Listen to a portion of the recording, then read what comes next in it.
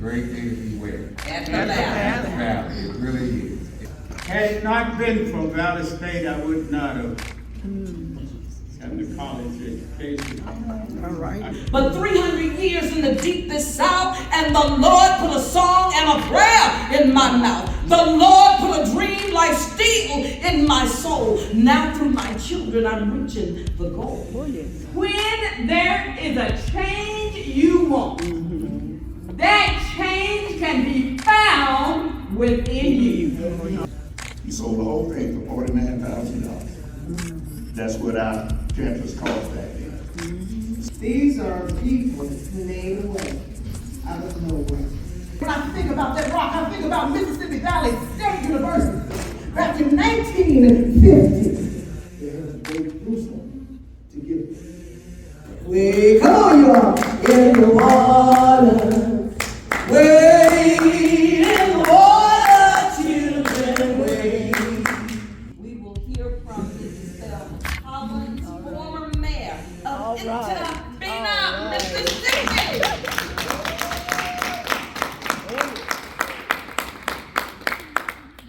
Tell you after that. My Lord. All right. My Lord, praise the Lord. We're going to have church here today. All right. Dr. Briggs, Dr. Turnipseed, Dr. Hudson, and the committee members, I am elated to be here this morning. I enjoyed all the words, and I've experienced some of the things that you've heard this morning. As previously introduced, I am Thelma Perkins Collins, a resident of Itabena, Mississippi. I was born there, raised there, received my early education there, and ultimately graduated from this university. Oh, yes. And this university prepared me to earn a master's degree from Mississippi State University. Now, as a product of Mississippi Delta, I am not ashamed Oh, yes. to admit that I grew up picking and chopping cotton in order to help the expenses that incurred for me having to continue to go to school, and my parents could not afford those expenses. Many of you may ask, why is it so natural for you to discuss hard times that you endured? Well, my response is, those difficult times that I experienced in that hot, swelling sun, picking and chopping cotton, made me who I am today. Oh, yes. You see, as I picked that cotton from morning to late evening, the dreams that materialized in my mind were so real that I could stop at the end of each completed row of cotton and just say to myself, this experience that I am enduring is just temporarily. All right. Oh, yes. For this too shall pass. Thank you. You see, my mind was made up that education was my way out. And I was determined that I would not allow the picking and chopping cotton experience to determine my future. As an author, All right. I wrote about myself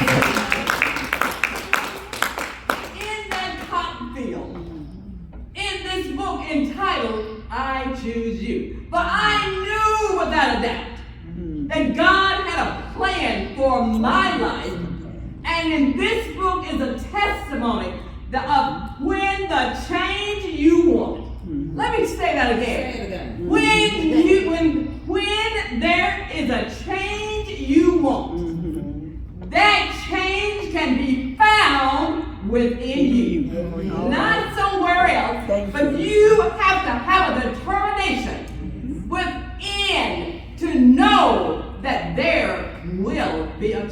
changes. Thank you. You see, I knew that there was something within me that propelled me to focus not on those difficult days looking down at those long rows of cotton, but my focus was on completing that era in my life and moving on to getting an education and making myself available for who God wanted me to be. Yes, ma'am. You see, many of you and some of the students here at the Valley may have grown up under different circumstances, but I can assure you one thing, that hard work, let me say that again, hard work pays off It does. great dividends. Yes. You have to believe Yes, it does. that you can't go through life just sliding through. All right. You gotta work hard, no matter what happens. Now, as this symposium is focusing on the sweat equity movement or investment in college, you must know that this university's first building was erected in the midst of a cotton field. Oh, yeah. Oh, yeah. Just across Highway 82 from the municipality of Itta Bena. And let me tell you this, when the first building was erected here, prior to the first building erected, the first class was taught in Itta Bena, Mississippi, Okay. at the L.T. Brazil Center, which was our school for black children. And of course, Dr. Hudson and I went to that school. And we realized we didn't have all of the opportunities that many of the other people had.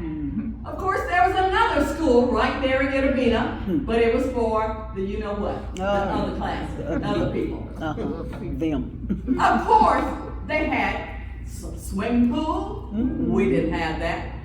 We had the greatest basketball team in this area.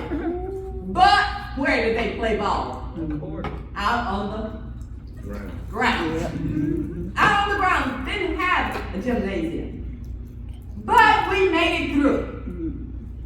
We focused on what God had placed in us, that we knew that we had to move forward to get out of the situation we were in. We all must be cognitive of the fact that just as this university grew up from a cotton patch, the small municipality of Itta Bena has an opportunity to grow with the cooperation and assistance of this oasis in the Delta. Now I want to share something with you. During my senior year in high school, I was working for this lady who was, of course, white. I was making $10 a week. One day, as I was walking, cleaning the house, and of course, let me back up and tell you that when I went to work for her, I could not go through her front door. I had to go through the back door. Walk down the alley, go through the back door. But I had to go through the house to sweep the front sidewalks. Yet, I could not go through her front door. Well, one day, her daughter said to her, she says, "Mother," and for some reason, I don't know why they call me Vera, but they call me Vera. And she says, "Mother, I don't think Vera is going to be with us next year because this is her last year in high school, so I don't think she's going to be with us any longer." I said to myself, "You got that right." I certainly will not be with you any longer because I am going to Mississippi Valley State University because that was the only school that I could go to, and I'm glad that I did go.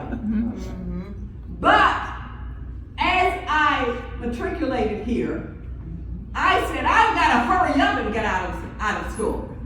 So as soon as I finished high school, the following summer, I took a full load. Got a scholarship with Mrs. Henrietta Lowe in the choir. All The right. choir scholarship. And of course, I took the full load, got out of college in 3 years. Because I was determined. I could not stay in the predicament that I was in. And so we have to understand that when God has a purpose for your life, Oh, yes. Oh, yes. when He has a purpose for your life, and that you gotta know that you know that you know Yes, Lord. that nothing Yes, Lord. Thank can you, God. stop you Oh, yes. if you walk in the path of Oh, yes. righteousness. That's it. You gotta understand that even if the times maybe seems hard, but look at the outcome. Those students who are here at the Valley, some may be just sliding through, some may be studying hard to get out of college, but one thing is for sure, you gotta have a dream in your heart. Oh, yes. Oh, yes. If you don't have that dream in your heart, you'll just play around. So those of you who are here, students who are here, don't take life so Yes. as if it's just gonna pass on by you, because that's not gonna happen. If you want something good out of life, you gotta put something in. All right. And so I am so thankful that all the experiences that I've had growing up in that cotton field, and it was hard. Let me share with you some of the experiences in that cotton field. You talking about everybody now is wearing the mask, everybody has the hand sanitizers. Let me tell you something. When we were chopping and picking cotton, everybody was drinking out of the same dipper. Oh, yes. Oh, yes. Oh, yes. We didn't think anything about sanitation. That's it. We were just glad to get some water. My granddad would take us, maybe some of you know where Quito is, would take us from the community to take us down to Quito, down number 7. And of course, he had this old truck break down along the highway. We were packed in the back of that truck, like somebody said, sardines. And of course, that truck would sometimes break down. My granddaddy did not have license, so he would always have to go the back way. Many times, we would go to, after we finished out of the cotton field, we would go to this store in the Quito area. This man who waited on us because we'd go in and want a cinnamon roll or lunch meat or something of that nature. I hate to think about it. This man had tuberculosis. But do you know what he did? He would serve us. Cut the meat. Cut the meat with his hands. We didn't even have sense enough to know that this was not sanitary. We just thought it was just a way of life. So we have come a long way. We have come through dangerous toils and snares. But look where we are today. We did not give up. We did not give up. And so I admonish all the young people, never give up, no matter what the circumstances may be. I know that I came through a hard time. I've experienced hard and very difficult times. But God had a plan for my life. Do you know there's no way I could have written this book if I had just given up? Yes. In the library, when I was going to LCT with Dr. Hudson, our library was about this big. Oh, wow. Did not have all the books that we needed. But we made it. We made it because we had teachers who was determined That's that right. we were not Yep. gonna play around. That's They were right. gonna put it in you That's right. one way or another. You just did not play around. And so even limited resources that we have in the Edabina community, we took advantage of it. Took advantage of it. We didn't have cafeteria. We didn't have a cafeteria. We had a shop where the boys would go to the shop, the girls would take home economics. We lived through those times. Roy, well, I'm sure he'll tell you that we were in those situations that we had to do what we were supposed to do. There is one word, one slogan that our principal, Mr. Ford, would always, he literally poured into us. And these were his words. There is no place for an ignorant person. There is no place for an ignorant person. He dwelled that into us. Every Friday, we would have to go to the assembly. And this is what he would say. There is no place for an ignorant person. And he just poured that into us. And we had to excel. And so I am so thankful to have this opportunity to share with you. I'm not ashamed that I picked and chopped All right. because that made me who I am today. Okay. I can appreciate hard work. You. So when I became the mayor of Edabina, that was a lot of hard work. And so whatever plan that God has for you, if you trust Him, if you live the life that He wants you to live, if you have the faith that you can succeed, no matter what situation you're in, It's for you. you can succeed. Thank you. I'm so thankful for this university. Oh, yes. Because I know that if it had not been for Mississippi Valley State University at that time, MVC, I wouldn't have been able to go to I know college. you're right. This was my survival. Oh. I knew that I had to hurry up and get out of here. Because $10 a week Make it mine. was no fun. All right. Especially when you had, Endure all of that. a lot of things that you needed. Many days and many nights, I would, as I grew up, I would wash one pair of socks, hang them up by the wood heater, and let them dry, so that I would have clean socks for the next day. But thank God, He brought me through all of that. All right. And I'm not alone. I'm sure many of you have gone through some time. And I'm sure Dr. Hudson will complete Oh, yeah. this era that we went through because we were together and we went through Edabina. Thank you so much. I thank Dr. Turnipseed for inviting me. I just want you to know that it gives me pleasure to share my experiences as a person who picked cotton, chopped cotton, and was glad that God had put it in my mind to not stop at that juncture in my life. I would stand at the end of each row, and the cars would pass on Highway 7. And you know when cars, the tires on the car would say flop, flop, flop, flop, flop, flop, flop. I would stand there and I would stop for a second.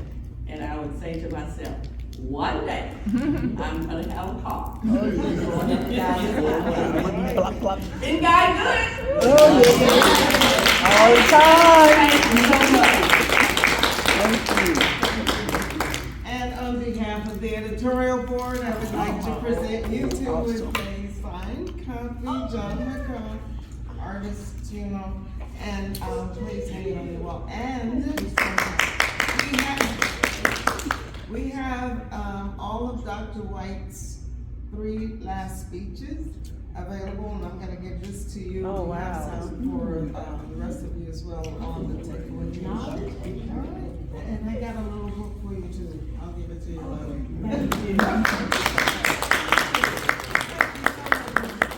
Former mayor of Itabena, she said that Dr. Hudson